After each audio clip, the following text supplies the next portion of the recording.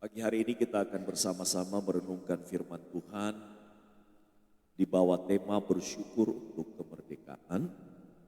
2 Samuel pasal 22 ayat 1 sampai 7 dan 49 dan 50. 2 Samuel pasal 22. 2 Samuel pasal 22 ayat pertama sampai ayat yang ke-7. Ayat 49 dan 50. Demikian firman Tuhan. Nyanyian syukur Daud.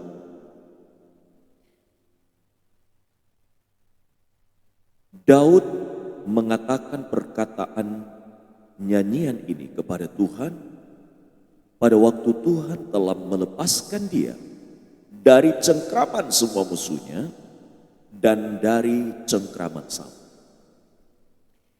Ia berkata, "Ya Tuhan, bukit batuku, kubu pertahananku dan penyelamatku.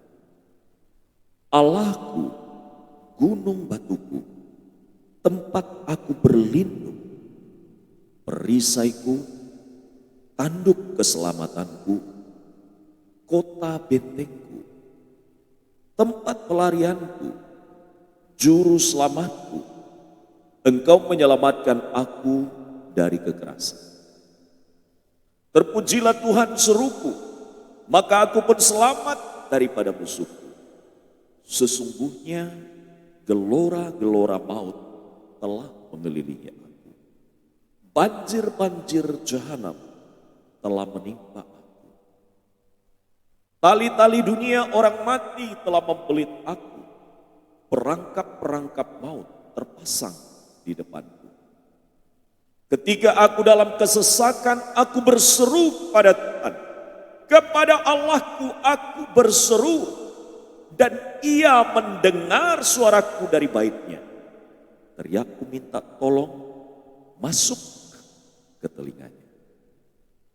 Ayat 49. Allah yang telah mengadakan pembalasan dan yang telah membebaskan aku daripada musuhku, dan engkau telah meninggikan aku mengatasi mereka yang bangkit melawan aku. Engkau telah melepaskan aku dari para penindas.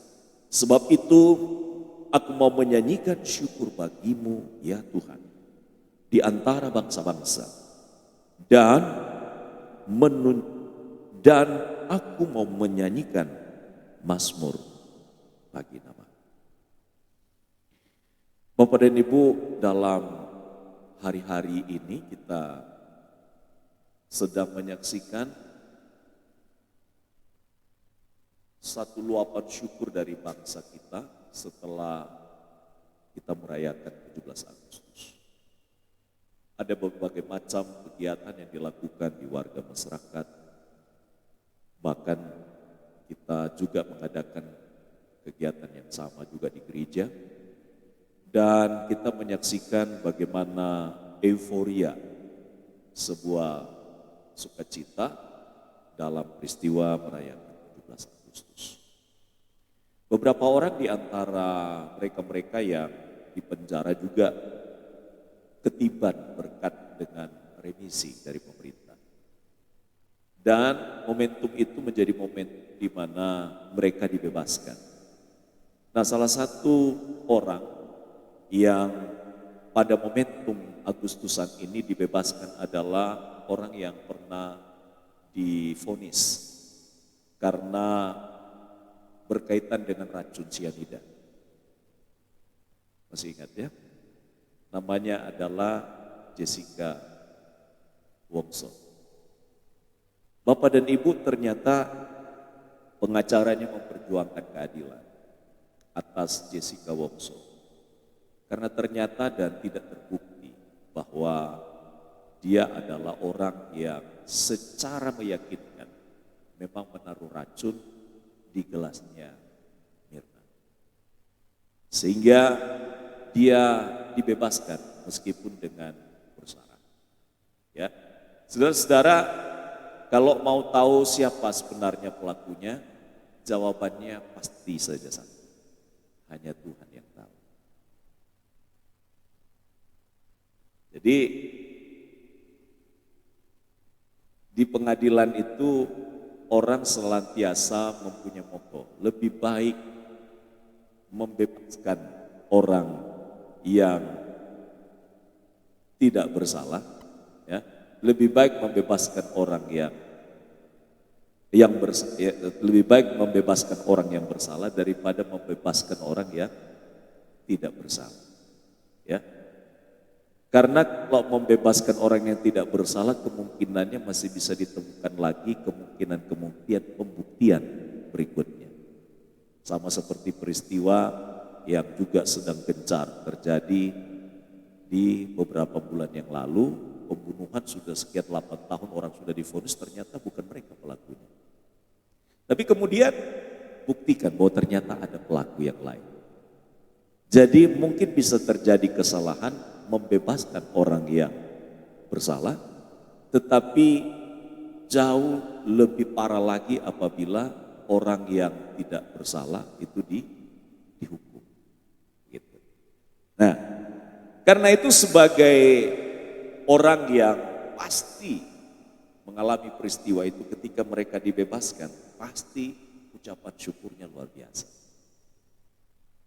Nah, sama seperti itu juga dengan kita. Nah, di dalam perenungan firman Tuhan pada pagi hari ini, kita akan melihat bagaimana orang-orang yang telah mengalami kelepasan, pembebasan, mengalami kemerdekaan, mengalami solusi, jalan keluar dari hidup mereka. Apa yang mereka lakukan? Maka di dalam judul yang kita renungkan pada pagi hari ini dikatakan bahwa Daud bersyukur kepada Tuhan. Tokoh sentral yang pagi hari ini kita renungkan dalam 20 menit ke depan adalah seorang yang diburu oleh Saul, tetapi juga oleh musuh-musuhnya. Karena dianggap Daud adalah orang yang sangat berpengaruh, dianggap Daud adalah seorang yang sangat kuat, dianggap Daud adalah orang yang tidak tertandingi pengaruhnya pada masa itu, sehingga muncullah musuh-musuhnya.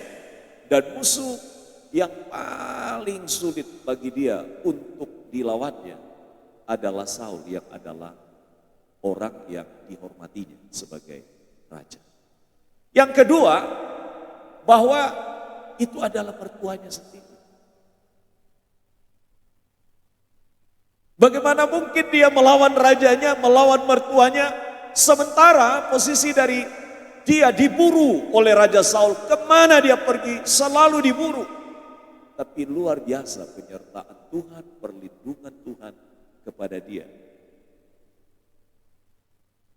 Bahkan dia punya kesempatan untuk membunuh Saul, tapi itu tidak dilakukan.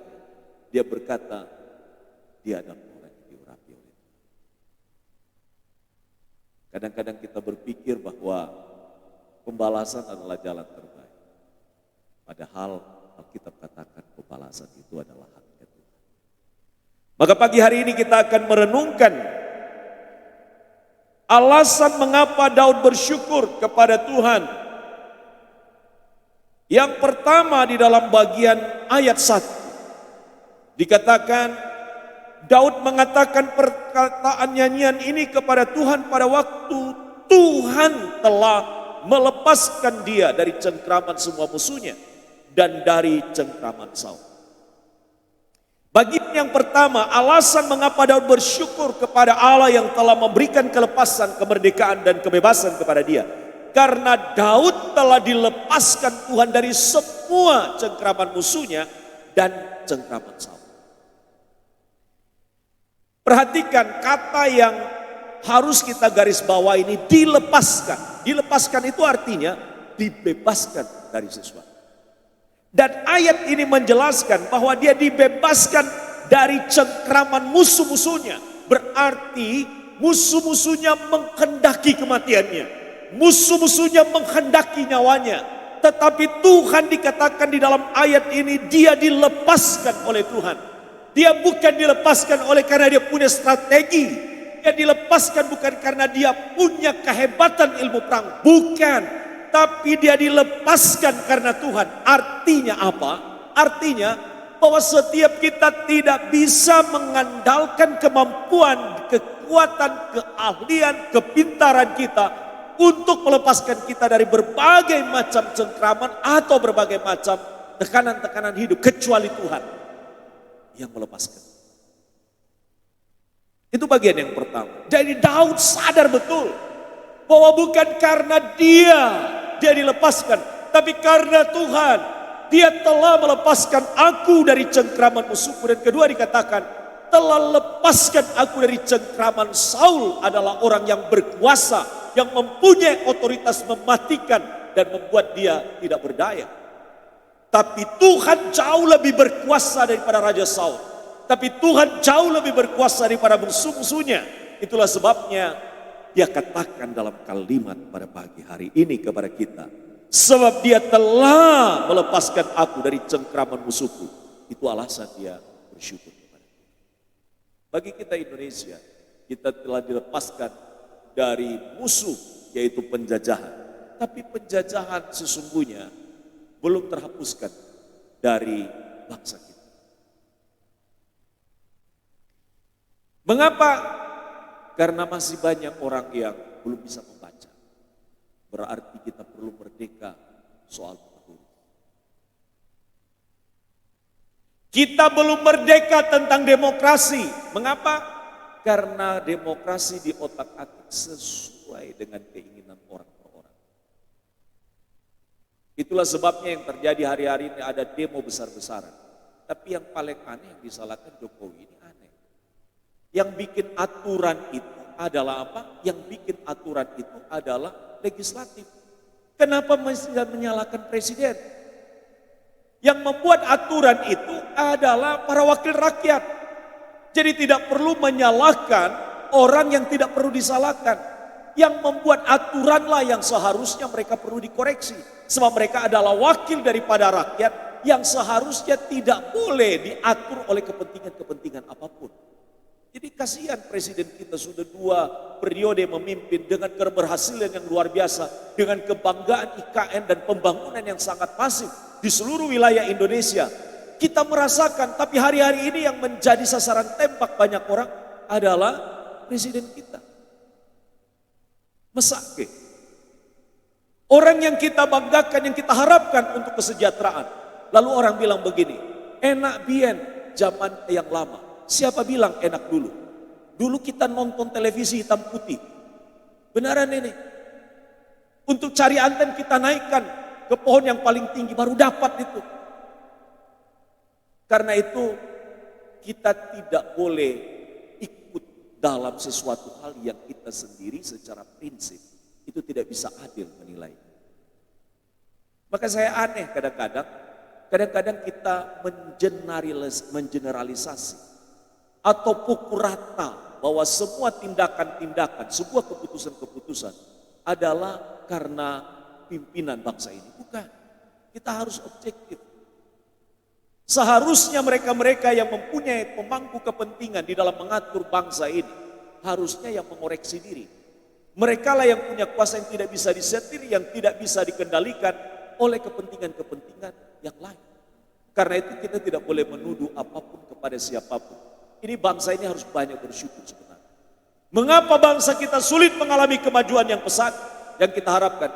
Karena kita terlalu banyak menyalahkan orang dan suudon dise. Apa itu suudon? Suudon itu apa? Hah? Berpikir yang negatif. Berpikir seperti itu. Itulah sebabnya saya menilai segala sesuatu sekarang tidak boleh cepat kita bereaksi segala sesuatu sebelum tahu aslinya kayak apa. Gitu. Bisa benar, tapi bisa tidak. Karena itu sebagai orang yang percaya, kita harus banyak bersyukur kepada Allah. Ya walaupun kita katakan bahwa memang orang-orang tertentu juga tidak memfungsikan dirinya secara tepat. Apa yang masih kurang di bangsa kita? Adalah kurang toleransi.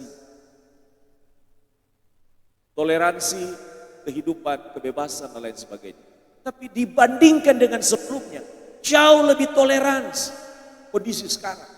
Makanya bandingkan dengan apa yang terjadi di masa lampau. Sehingga kita menilai segala sesuatu itu tidak sekali lagi berpikir secara negatif. Tapi selalu melihat sisi positif dan bersyukuri. Coba Bapak Ibu, lihatlah perkembangan yang luar biasa di bangsa ini. Adalah tanda-tanda bahwa bangsa ini menuju kepada satu kemajuan sebenarnya. Tapi mungkin hanya dilihat, biasanya orang kebiasaannya begitu. Dari 10 hal yang baik, dari 10 yang diharapkan, biasanya mungkin hanya bisa terpenuhi 8. Tapi yang 2 ini toh yang diobok-obok, yang kurang.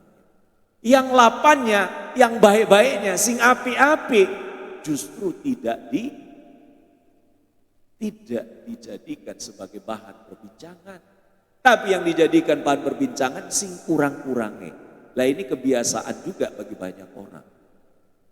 Kebaikannya kita lupakan, tapi keburukannya yang terus ditonjolkan. Saya kira tidak fair kita dalam hal ini. Karena itu kita belajar kepada Daud. Dia tidak pernah marah kepada Saul. Dia tidak pernah marah kepada musuh-musuhnya. Tapi dia serahkan kepada Tuhan karena Tuhan yang akan bertindak atasnya. Dan benar dalam ayat ini bahwa Daud menyaksikan kelepasan dari Allah itu diperoleh. Kebebasan dari cengkraman musuh diperoleh. Jadi kata kuncinya adalah bahwa kita melihat kuasa Allah jauh lebih besar daripada kuasa manusia. Cengkraman dan berbagai macam tantangan itu tidak dapat disandingkan dengan kekuatan Allah yang menyatukan kita. Amin. Sekarang kita langsung terjemahkan. Bukankah hidup kita telah dibebaskan dari keadaan susah? Siapa yang susah minggu kemarin? Siapa yang susah minggu yang lalu? Siapa yang susah di bulan yang lalu? Siapa yang susah di tahun yang lalu? Yang telah dibebaskan oleh Tuhan dari kesusahannya. Bukankah kita punya alasan untuk bersyukur? Kita sudah terlepas dari semuanya. Puji Tuhan. Ada David bisa ada di tengah-tengah kita. Saya kaget kemarin ketemu. Sudah segar. Puji Tuhan. Dalam keadaan tergeletak tak berdaya. Hampir mungkin 1 bulan lebih. Tapi Tuhan 2 bulan. Tuhan beri kekuatan kembali. Ini hanya baru satu. Mungkin kita juga mengalami hal yang sama. Ekonomi kita tiba-tiba terjun bebas di tahun yang lalu. Atau mungkin di tahun ini. Tapi bukankah kita masih berdiri dengan tegak hari ini? Bukankah kita berkata Tuhan melepaskan secara perlahan, tapi menuju kepada kelepasan? Bukankah itu yang kita alami? Itu pengalaman-pengalaman dialami oleh setiap jemaat yang ada di sini. Dan saya menyaksikan pengalaman-pengalaman itu. Hanya Tuhan yang dapat kita andalkan. Karena kita tidak bisa dengan kekuatan kita. Hanya Tuhan yang bisa memberikan kelepasan kepada kita. Karena kita tidak sanggup melepaskan diri dari keadaan yang begitu menghimpit itu.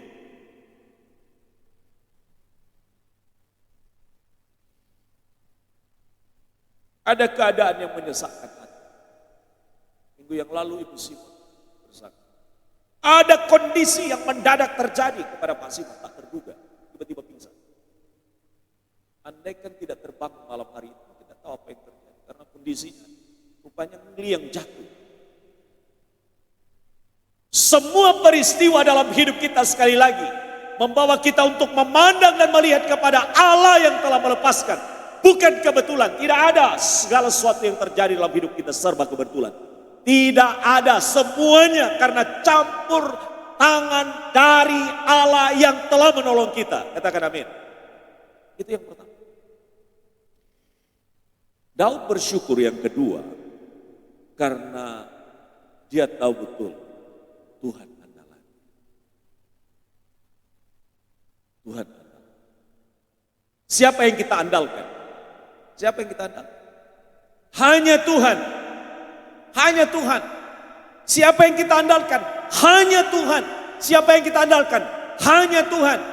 Karena diberkati orang yang mengandalkan Tuhan dan yang menaruh harapannya pada Tuhan. Itu firman Tuhan katakan. Dan kata-kata firman Tuhan itu bukan bohong. Kita bisa buktikan. Orang yang betul-betul mengandalkan Tuhan, betul-betul akan ditolong oleh Tuhan. Ayat itu berkata demikian di ayat yang kedua, ayat yang ketiga, dikatakan ya Tuhan bukit batu. Bukit batu itu artinya bukit yang tidak bisa digoyah, dipecah, dihancurkan. Bukit batu itu keras. Artinya juga bagi yang lain, bukit batu itu adalah tempat di mana orang biasanya dalam perjalanan jauh menjadi tempat bagi mereka untuk bersembunyi atau tempat mereka untuk bisa menginap dari berbagai macam ancaman-ancaman. Mereka ada di gua batu, mereka ada di sekitar bebatuan supaya di situ terdapat perlindungan. Tuhan digambarkan oleh Daud di sini sebagai bukit batu, kubu pertahanan seperti benteng. Tuhan itu adalah benteng yang melindungi kita dan penyelamatku, Allahku, gunung batuku, tempat aku berlindung, perisaiku. Baru-baru Presiden Amerika hampir mati karena ditembak. Tapi meleset. Saudara, pengawalan yang begitu sempurna saja itu bisa lolos. Kenapa? Karena mereka yang mengawal Presiden Amerika adalah orang juga yang tidak maha tahu segala sesuatu dari rencana-rencana orang yang menjadikan presidennya sebagai target pembunuhan. Untungnya meleset. Ya. Jadi Bapak dan Ibu kita lihat di sini bahwa perlindungan Tuhan, bahwa keselamatan benteng, bahkan dikatakan tempat pelarian. Kita lari kepada Allah, kita lari kepada Tuhan. Juru selamatku, engkau menyelamatkan aku dari kekerasan, berbagai tindakan-tindakan yang dapat membahayakan dan yang dapat menyiksa dia. Bapak dan Ibu, ini bagian yang kedua. Tuhan menjadi andalan. Saya setiap kali berkhotbah Bapak Ibu mesti persiapan. Kadang-kadang itu sambil berkhotbah begini tiba-tiba muncul itu pikiran-pikiran yang mau disampaikan itu lewat. Kenapa? Karena kita sadar bahwa apa yang kita sampaikan, apa yang kita khotbahkan, mungkin ada hal yang lain yang Allah mau arahkan kita untuk sampaikan. Jadi kadang-kadang dalam persiapan saya kadang-kadang heran. Ini kadang-kadang apa-apa yang menjadi apa yang saya sampaikan. Padahal saya tidak siapkan di sini, justru malah itu yang keluar. Saya sadar betul bahwa ada pekerjaan dari rohnya yang lain di dalam diri saya, bekerja menuntun dan membimbing. Sehingga perkataan-perkataan itu terarahkan, tajam dan sampai kepada kebutuhan yang memang Tuhan inginkan kepada umatnya sampai. Bapak Ibu, Tuhan harus menjadi andalan. Tuhan harus menjadi andalan. Pengalaman-pengalaman hidup kita membuktikan bahwa ternyata orang yang mengandalkan Tuhan itu akan betul-betul terselamat.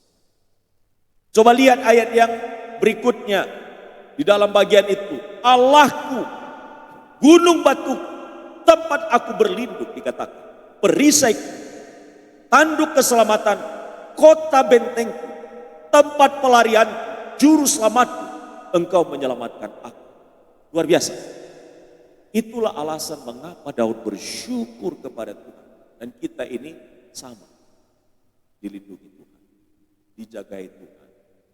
Dijauhkan dari berbagai macam keadaan yang membahayakan. Saya kadang-kadang kalau dengan kendaraan itu, ya untungnya rem itu bagus. Kadang-kadang ada orang yang tiba-tiba muncul dari gang. Padahal harusnya berhenti. Enggak, kehebatan orang Indonesia itu pokoknya kalau belok kiri tidak perlu lihat yang ke kanan. Dan berkali-kali, hampir saja. Nah, biasanya orang yang naik sepeda motor itu selalu rawan apabila ketemu dengan mobil. 2 minggu yang lalu terjadi kecelakaan di depan ini. Mereka pergi ke gereja. Kakak beradik, papa mamanya sudah di gereja di Katolik Ijen. Di sini tabrakan. Terjadi karena ada orang yang teledor masuk dari sana. Bapak Ibu, mengapa kita perlu untuk mentaati rambu-rambu lalu lintas? Supaya orang lain jangan dicelakakan karena ketidaktaatan kita.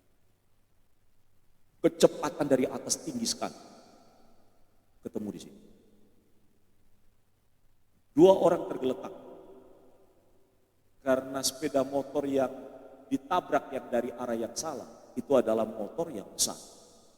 Sedangkan itu motor hanya motor Yamaha. Yang kecil itu hantam, hancur semua bagian depan. Mereka terlempar. Yang satu justru kelihatannya dadanya itu kena di bagian depan sepeda motor. Sehingga dia tidak bisa bernafas dan tergeletak. Yang satu terlempar, terhempas, kepalanya mungkin kena, tapi dia tidak menyadari. Justru yang parah itu yang terlempar, kena di kepala, gak kelihatan luka-lukanya, beberapa hari dirawat di rumah sakit. Tapi Tuhan selamatkan mereka. Mamanya seorang dokter, dan ada satu kalimat yang saya dengar persis di situ. Apa kalimatnya? Mamanya pertama kali datang di situ. Dia bilang apa? Kamu kan gak berdoa kan? Bisa dia kaitkan antara kecelakaan dengan doa. Tapi kalau secara manusia, ini masalah keteladoran orang lain menyebabkan dia celaka. Tapi mamanya lihat ada hal yang lain. Anak-anak ini lupa berdoa.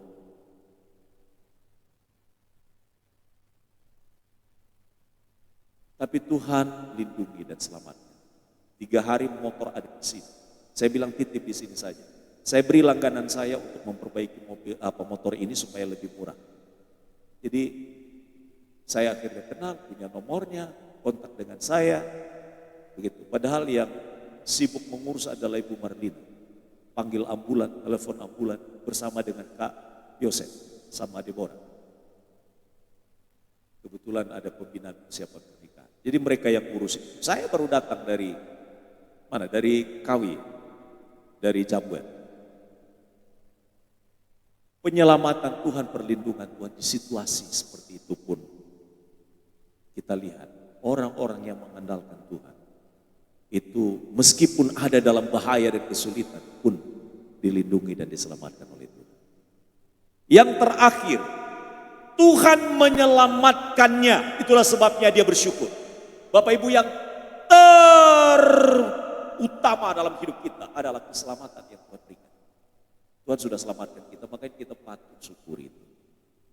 Di dalam ayat ini berkali-kali diingatkan kepada kita, mengapa Daud bersyukur. Dia katakan, terpujilah Tuhan, seruku.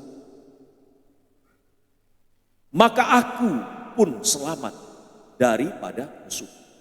Sesungguhnya gelora-gelora maut telah mengelilingi aku. Bayangkan itu. Banjir-banjir jahanam telah menimpa aku. Dia gambarkan seperti banjir jahanam persoalannya. Tali-tali dunia orang mati telah membelit aku. Perangkap-perangkap maut terpasang di depanku. Ketika aku dalam kesesakan, aku berseru kepada Tuhan. Kepada Allahku aku berseru. Dikatakan, dan ia mendengar suaraku dari baitnya. Teriakku minta tolong masuk ke telinganya. Ayat 49. Dan yang telah membebaskan aku daripada musuhku, dan engkau telah meninggikan aku mengatasi mereka yang bangkit melawan aku. Engkau telah melepaskan aku dari para penindas. Jadi kalau kita kembali kepada ayat yang sebelumnya, di ayat yang keempat, terpujilah Tuhan seruku, maka aku pun akan selamat daripada musuhku. Lalu diuraikan berbagai macam keadaan yang dialami. Tapi bagian terakhir mengingatkan kita bersyukur kepada Allah yang tidak boleh kita lupakan setiap saat, setiap waktu adalah orang-orang seperti kita loh diselamatkan Tuhan. Apa karena kita layak? Bukan. Karena kasih karunia Tuhan. Sebab karena kasih karunia kamu diselamatkan oleh itu. Itu bukan hasil usaha, itu bukan hasil pekerjaan.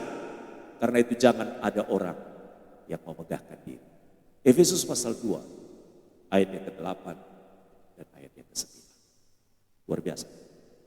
Makanya ucapan syukur kita perlu untuk ucapan syukur setiap saat mulai doa kita. Tuhan, terima kasih untuk keselamatan yang Tuhan beri kepada saya. Terima kasih karena Tuhan, dari sekian miliar orang di dunia, saya menjadi orang yang menjadi bilangan dari orang-orang yang diselamatkan. Loh, tidak berbahagia itu. Karena itu saya simpulkan pada hari ini, firman Tuhan kita di bawah tema bersyukur untuk kemerdekaan. Alasan bersyukur kepada Tuhan yang dilakukan oleh Daud juga menjadi alasan kita bersyukur di hari kemerdekaan yang kita miliki, khususnya kemerdekaan kita secara rohani dalam Kristus. Yang pertama, karena kita telah dilepaskan dari berbagai macam pergumulan dan persoalan hidup yang digambarkan oleh Daud di sini, cengkraman musuh dan cengkraman Saul. Alasan kita itu yang pertama, Allah telah melepaskan kita, Allah telah membebaskan kita, Allah telah meringankan persoalan-persoalan hidup kita. Yang kedua, kita mau bersyukur karena apa? Karena Tuhan menjadi andalan daripada kita. Sama seperti Daud yang mengandalkan hanya Tuhan saja. Dia sadar betul bahwa Tuhan yang juga yang ketiga yang telah menyelamatkannya. Terpujilah Tuhan. Maka ditutup di bagian yang terakhir di dalam ayat itu, yaitu ayat yang ke-50. Ayat yang ke-50 berkata, kita baca sama-sama. Ayat 50. 1, 2, 3. Ia sebab itu aku mau menyanyikan syukur bagimu, ya Tuhan, di antara bangsa-bangsa, dan aku mau menyanyikan mazmur bagi nama. Tuhan memberkati kita.